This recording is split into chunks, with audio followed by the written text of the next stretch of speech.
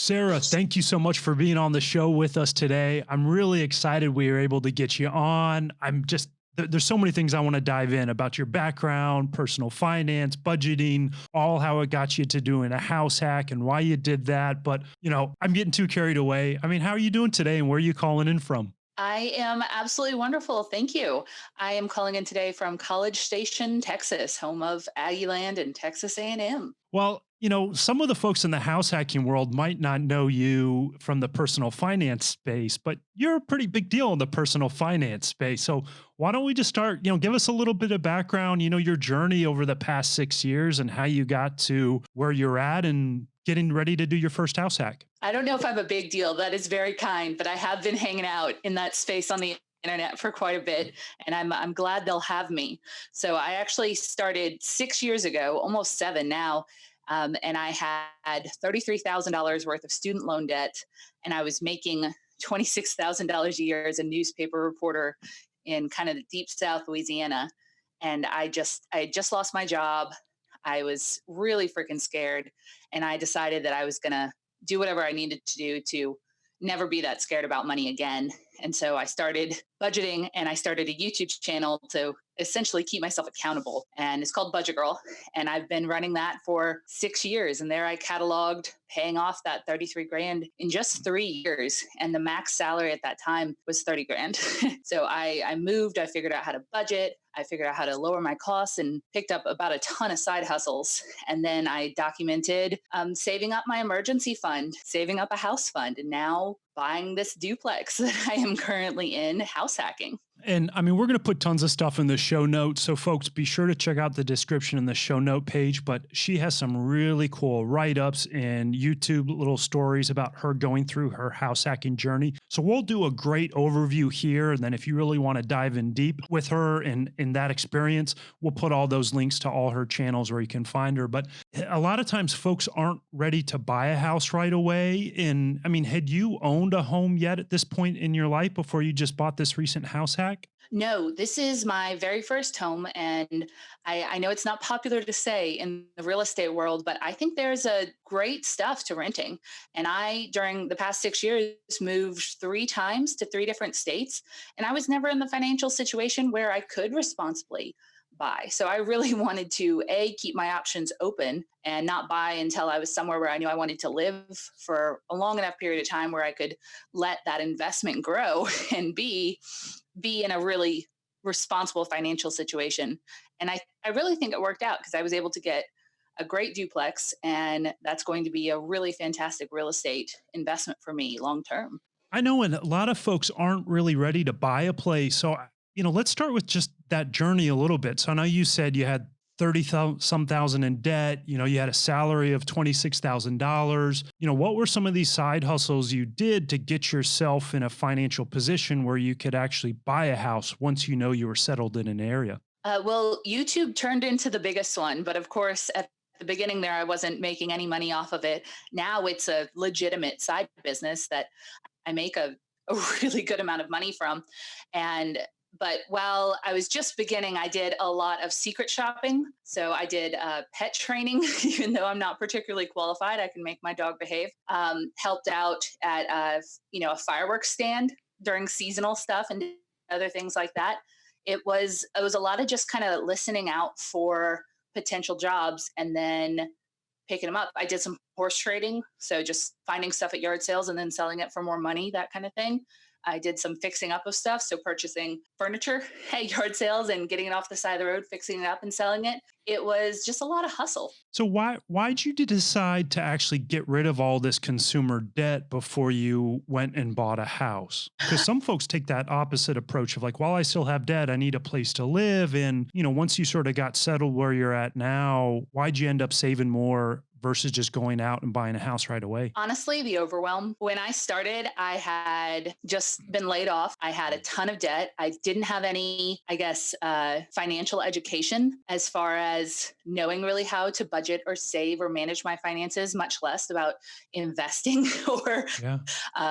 creating income streams. So it was a matter of starting. Biggest burden in my life at that time was those monthly student loan payments.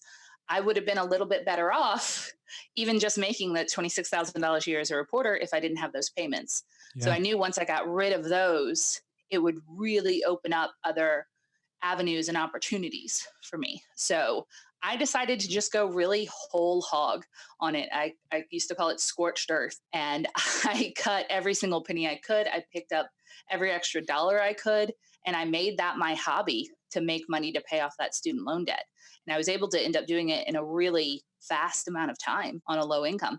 And a lot of that was because, I was young, I was single. I decided instead of spending money to try to make it as much as possible. You took the approach of grinding, hustling out, doing all sorts of, horse trading, buying stuff, reselling it, working side jobs to get through all of the debt. You're getting ready to buy a house. Did you know you wanted to do a house hack, or did you sort of think of like, okay, I finally want to buy a home? What was your thought process there, and how'd you end up deciding on actually doing a house hack? Well, kind of going back to the overwhelm, it was kind of the opposite. I couldn't really think beyond the paying off debt until I got to that point. I couldn't really focus on investing just with my mental load and all the extra things I was doing. So once I paid off the debt, I knew I wanted to save up a big emergency fund so that if I ever got laid off again or something bad happened, I'd have that financial security. And while I was saving up for that, I started kind of thinking about my next steps. And to be honest, I didn't want a home. I enjoyed renting. I Yeah. was always able to find fairly cheap places to live. I always paid on time. I always kept the place up. So I always had a great relationship with my landlords. And I enjoyed not having to pay all those extra property taxes and maintenance stuff. It was great that if the dishwasher broke, I could just call and somebody could get. So I honestly didn't want just a house Yeah. to then have to maintain myself. But then I started reading some more. And I know Bigger Pockets has been mentioned on your podcast 1,000 times before. But I met Scott Trench and Mindy Jensen at Yeah. FinCon one year.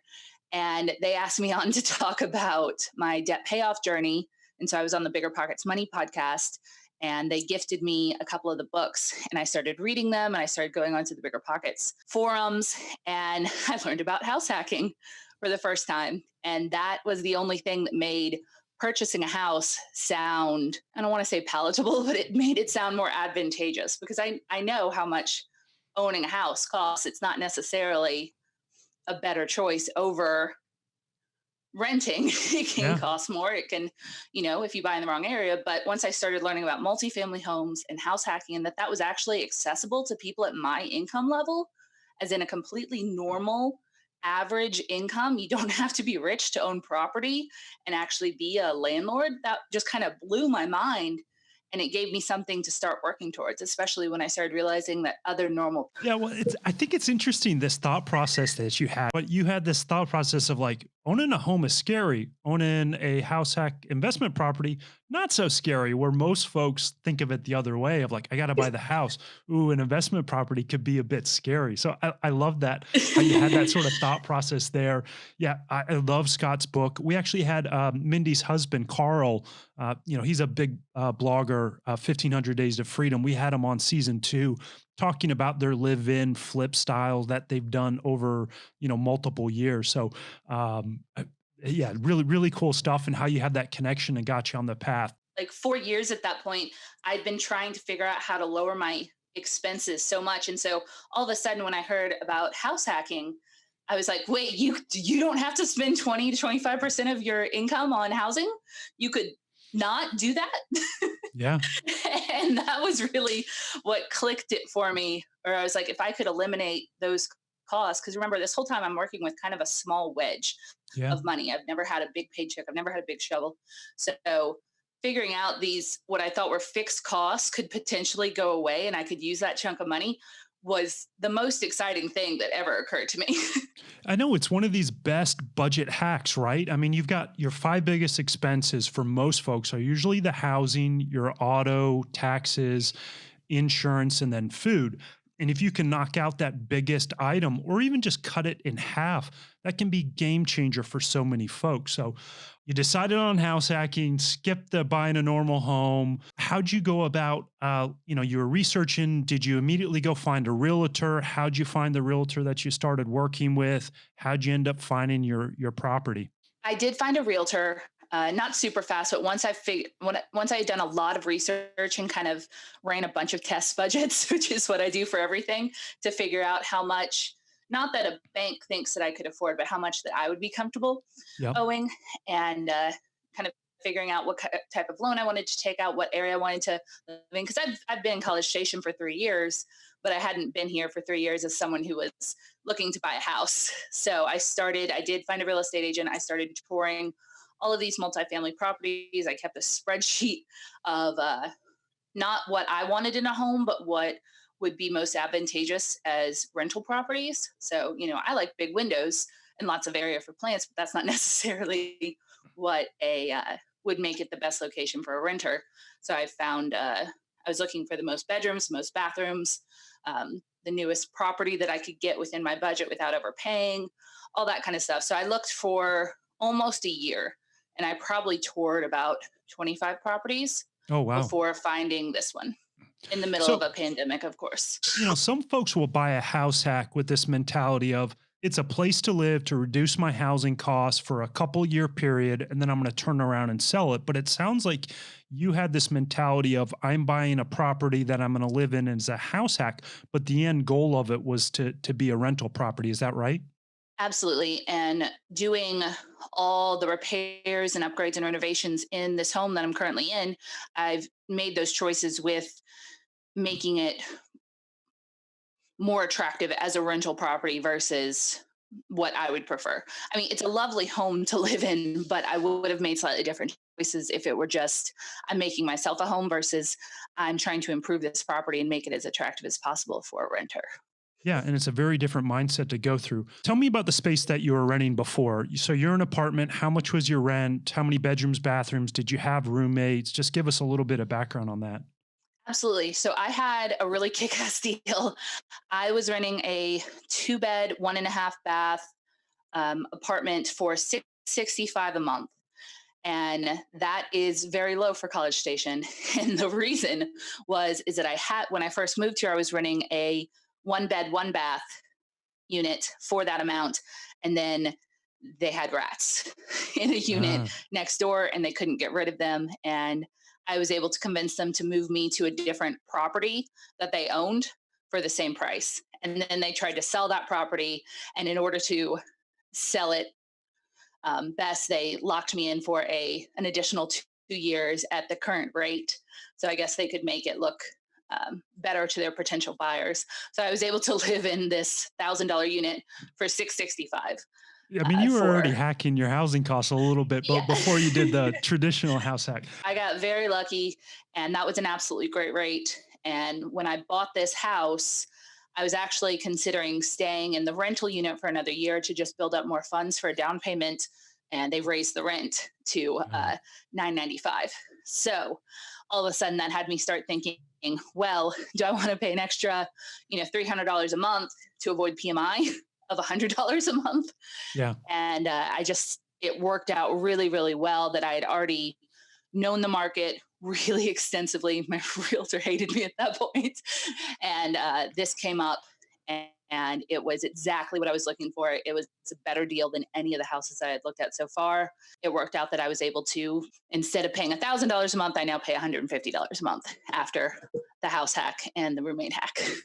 Awesome. All right. So let's talk about the house. So you found it after a year of searching. It's the perfect deal. It's a duplex. How many bedrooms and bathrooms on each side? Did it need any work? What was the purchase price? And sort of what type of loan did you use to actually buy the property?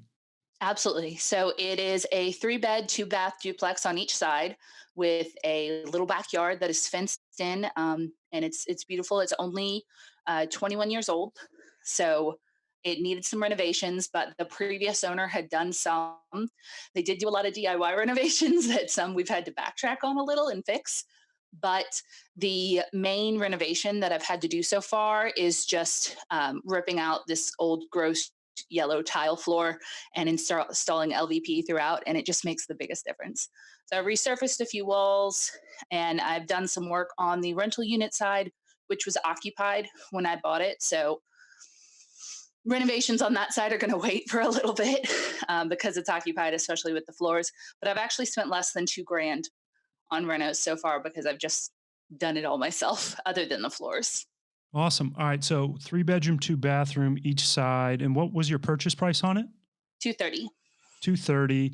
To me, this that seems like a very reasonable price. I mean, a lot of folks think like you can't get a good property anymore unless you're spending three or $400,000. All right. And so you got this for 230. And then what type of loan program did you use to buy the property?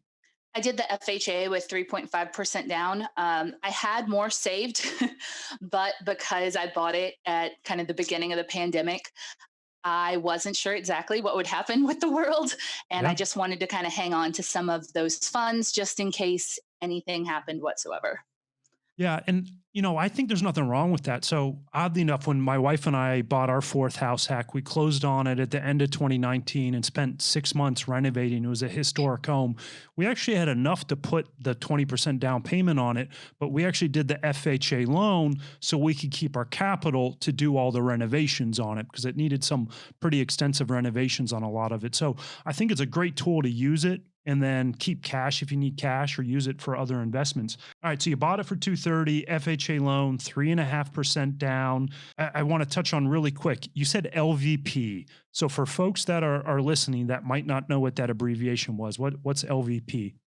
It's luxury vinyl plank, essentially a faux hardwood flooring that just really stands up to kids and pets and looks like gorgeous hardwood throughout the home at a fraction of the cost. And this was not something that I knew going in. It was people in forums and on Facebook groups that are experienced investors that told me the wonders of LVP. And I'm really happy with it because I have two dogs and Yeah. I just want this, I want it to last as long as possible. LVP is this great product. So there's this idea for folks that don't know about it is called tenant proofing, where if you're going to have tenants, you basically do stuff to lower your overall or longer term maintenance costs. And one of those is with flooring. The idea that you use hard surfaces versus soft surfaces like a carpet. And LVP is this great product that looks really good, is sort of water resistant. So I just wanted to call that out for folks that might not have known what LVP is. So jumping back then into the house. So you got the FHA loan. What was your all-in mortgage payment? Your principal, interest, taxes, and insurance. $1,694.57.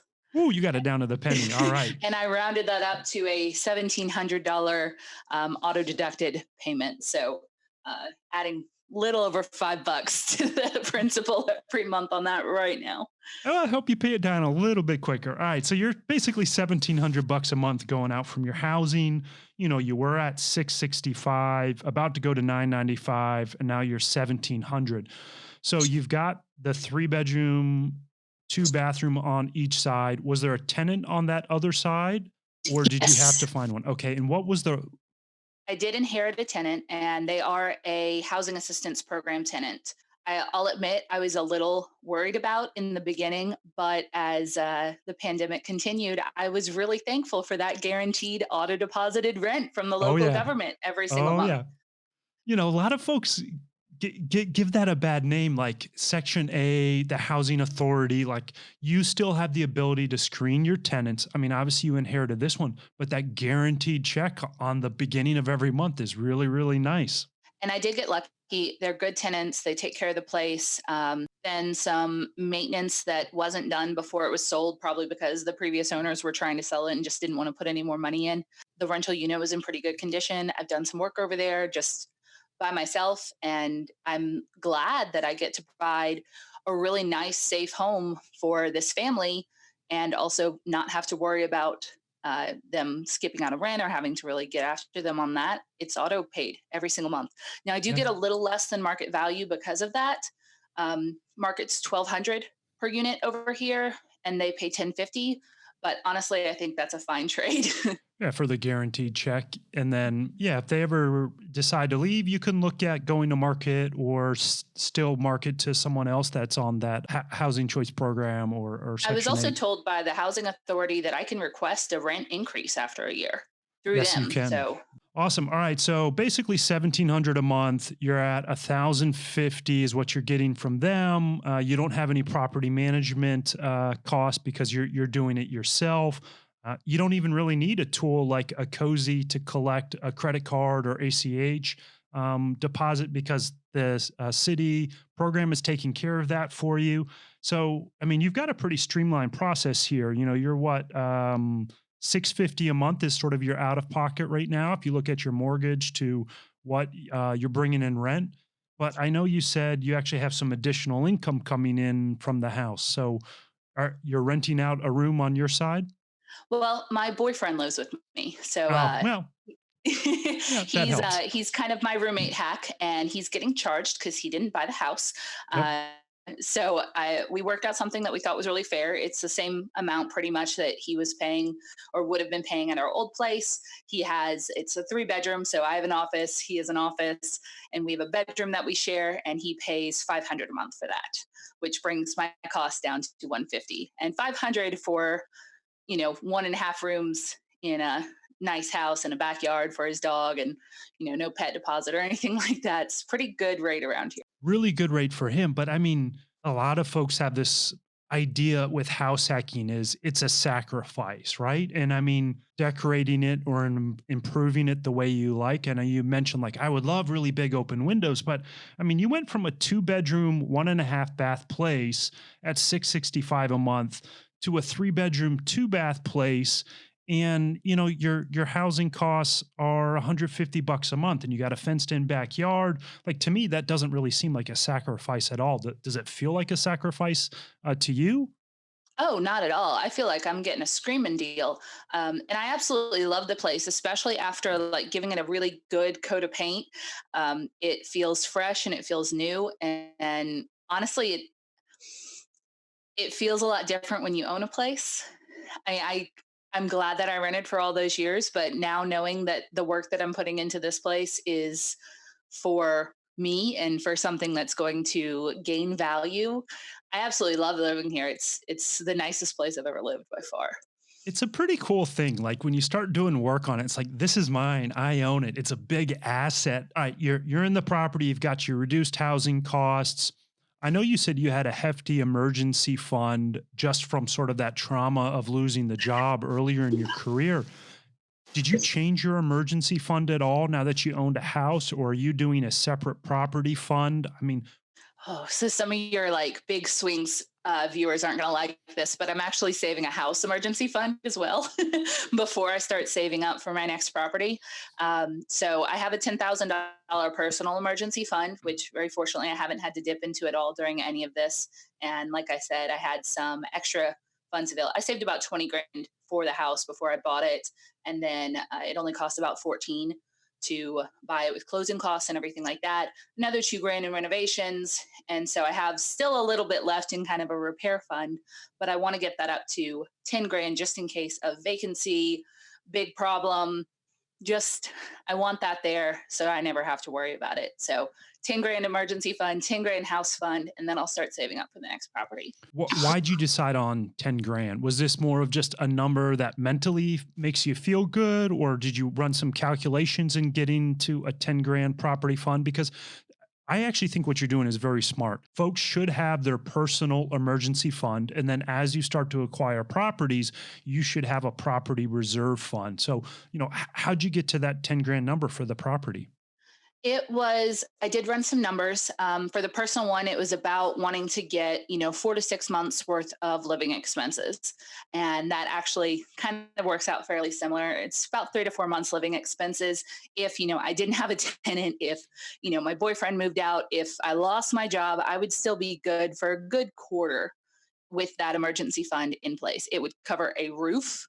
If all of a sudden, act of God happened, it would cover you know, flood. I do have a home warranty that the previous owners paid for, which has been wonderful because a few things have gone out, but that would have paid for just big swing expenses. It'll pay for a new AC on either side.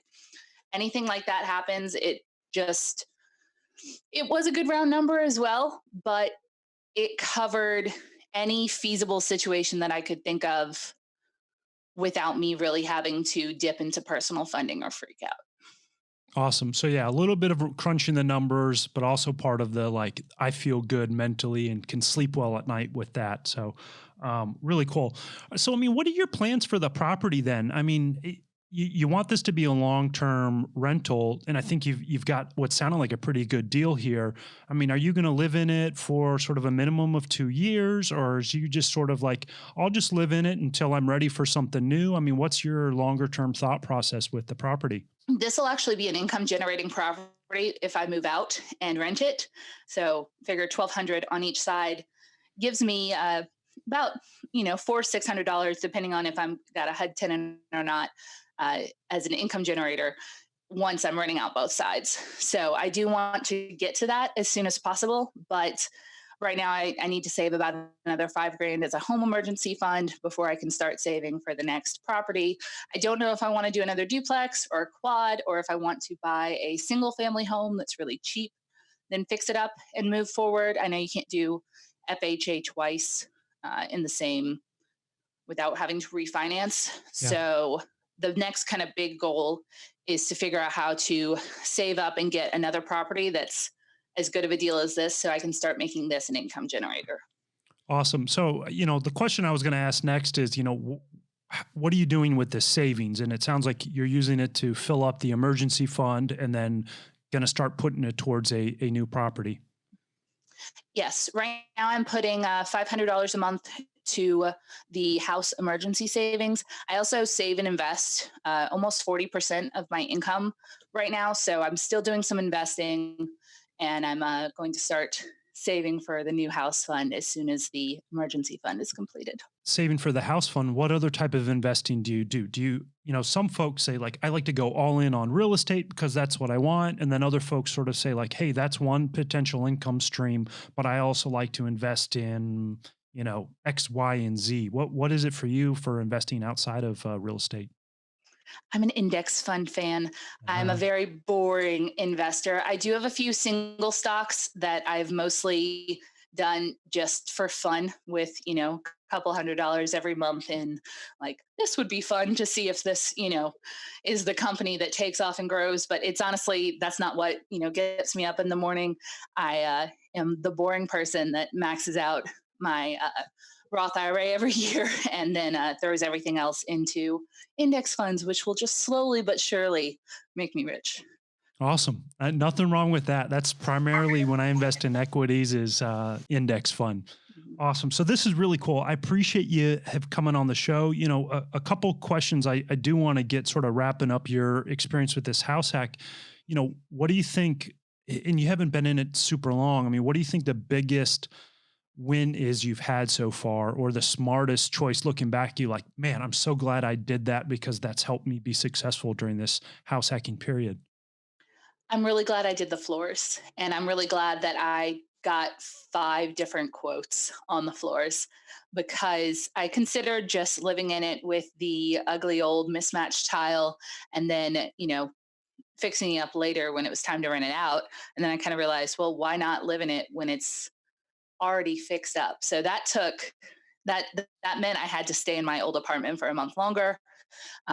It To get the best price, I had to get a contractor who was able to kind of like fit me in between his other jobs, but I saved a ton. I went to Home Depot and they said, it would be, $1,000 for the flooring and then another 2 grand for install. Of course, they source that out, Yeah. so they're still making a profit.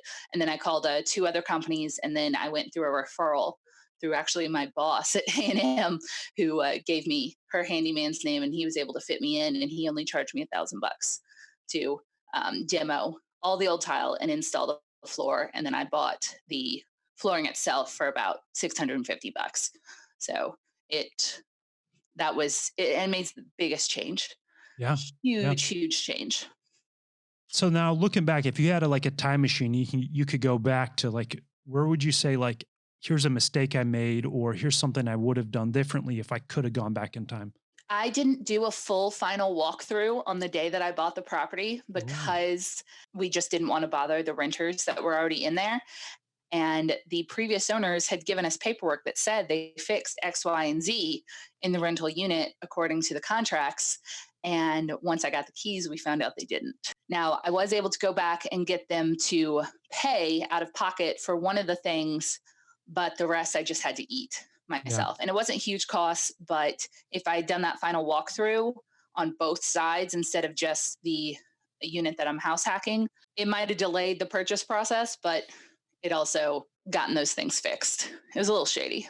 Yeah. And I mean, I think this is a great tip that just came out here. And you always want to do that final walkthrough.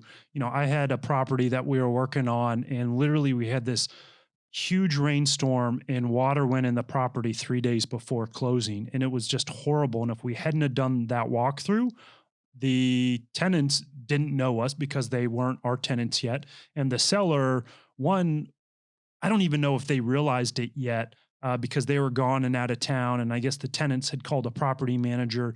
And I just happened to go by in advance of that walkthrough to find out. And it ended up causing huge delays. And we ended up backing out of that contract. But that final walkthrough can be critical to do. So, yeah, that's a great tip. Sarah, I really appreciate you coming on the show. But before we let you go, we like to ask all of our guests a set of final 6 questions. You ready for them? The famous six. All right. Question number 1. What is your favorite personal finance resource? So, blog, book, or podcast? How much hubris would it show if I said budgetgirl.com? Trademarked, by the way, officially trademarked now.